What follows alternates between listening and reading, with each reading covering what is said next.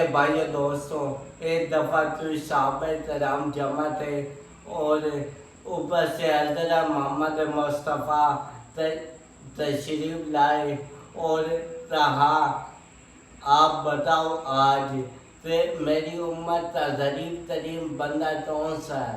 تو صحابہ نے فرمایا جس کے پاس مال دولت نہیں ہے۔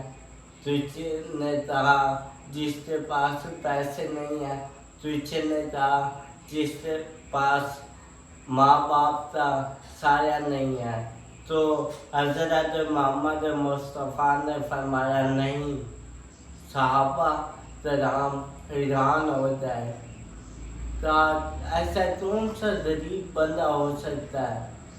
تو آپ صلی اللہ علیہ وسلم نے فرمایا میری امت کا غریب ترین انسان وہ ہے جو 5 وقت نماز بھی پڑھتا ہے، تہجد گزار بھی ہے،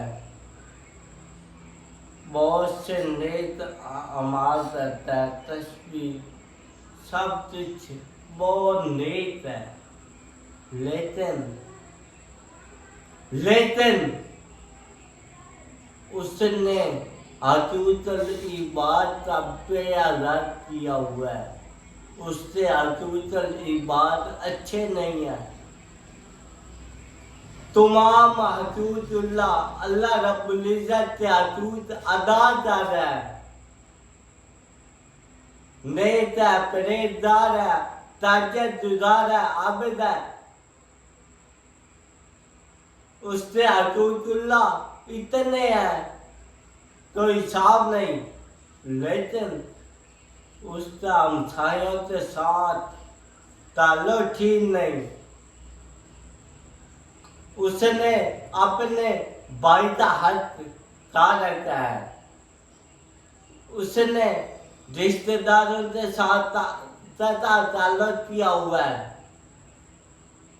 اس کا رویہ ہر انسان کے ساتھ ایسا ہے، کسی کو گالی دے دیتا ہے، کسی پر تنقید کرتا ہے، کسی کا اس نے مال و دولت حرام کیا ہوا ہے۔ فرمایا ایسا بندہ جو حقوق اللہ کو پورے کرتا ہے بہت اللہ کا دوست ہے، لیکن اس نے حقوق العباد تباہ کیے ہوئے ہیں۔ فرمایا جب وہ قیامت والے دن آئے گا تو اس سے جب حساب لیا جائے گا، اس سے حقوق اللہ بہت سے ہوں گے، بہت تہجد گزار ہوگا، نمازی ہوگا، پرہیزگار ہوگا، لیکن جب باری آئے گی حقوق العباد کی تو اللہ پاک کے سامنے جب آئے گا کچھ لوگ اس کے آس پاس جمع ہوں گے۔ فرمایا وہ لوگ کون سے ہوں گے؟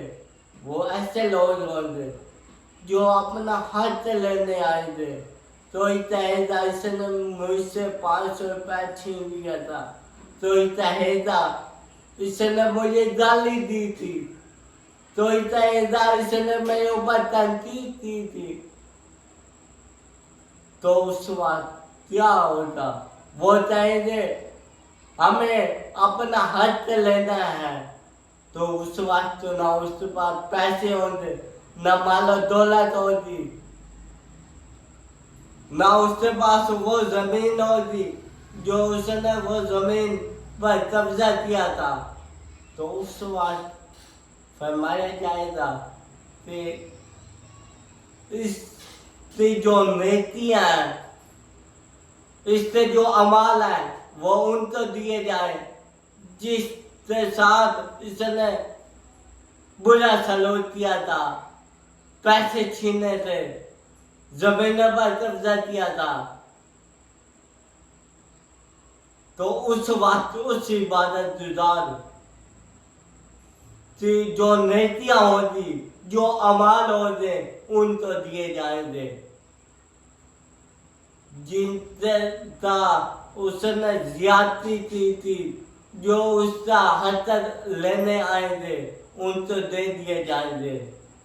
اور اس کے بعد کچھ لوگ رہ جائیں گے، وہ کہیں گے اس نے ہمیں بھی گالی دی تھی، ہمیں بھی برا بھلا کہا تھا۔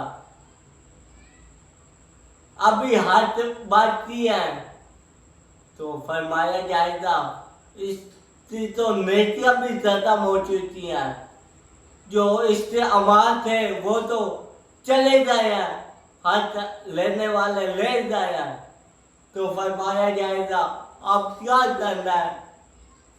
تو اس وقت کچھ لوگ رہ جائیں گے آس پاس، تو فرمائیں گے ان لوگوں سے جو چنا ہے اس کے ساتھ پر ڈالو۔ تو اس وقت اس عبادت گزار جو تہجد ادا کرتا ہے، جو نیک نمازی ہے، اس کے اوپر کچھ گناہوں کا بوجھ ڈالا جائے گا، اور بہت سے گناہوں کا بوجھ ڈال کر اس کو جہنم میں دے دیا جائے گا۔ میرے بھائیوں، آج ہم نمازی بھی ہیں، آج ہم تہجد گزار بھی ہیں، آج ہم دنیا کے بہت سے اعمال کرتے ہیں، اللہ پاک سے حدود بہت سے ادا کر رہے ہیں، لیکن وہ ہمارا اور اللہ پاک کا معاملہ ہے۔ ہو سکتا ہے اللہ پاک بہت رحیم ہے، بہت کریم ہے، وہ رب العالمین ہے، وہ تمام جہانوں کا سردار ہے، وہ ہمارے تمام گناہ معاف کرنے پر قادر ہے۔ لیکن افسوس یہ دنیا ہے، یہاں کوئی کسی کا نہیں ہے۔ قیامت کے دن نفسا نفس کا عالم ہوگا، کوئی کسی کا نہیں ہوگا۔ میرے بھائیوں، حدود اللہ کے ساتھ ساتھ حدود العباد کا راست خیال رکھتے ہیں، ورنہ قیامت والے دن یہی حال ہوگا ہمارا بھی۔ یا اللہ ہمیں حدود اللہ کے ساتھ ساتھ حدود العباد ادا کرنے کی توفیق عطا فرما۔ میرے بھائیوں، خدایا حدود العباد، اپنے بھائیوں سے حدود، اپنی بہنوں سے حدود، رشتہ داروں سے، ہمسایوں سے، تمام امت مسلمہ سے حدود ادا کرنے کی توفیق عطا فرما۔ وما علینا الا البلاغ المبین۔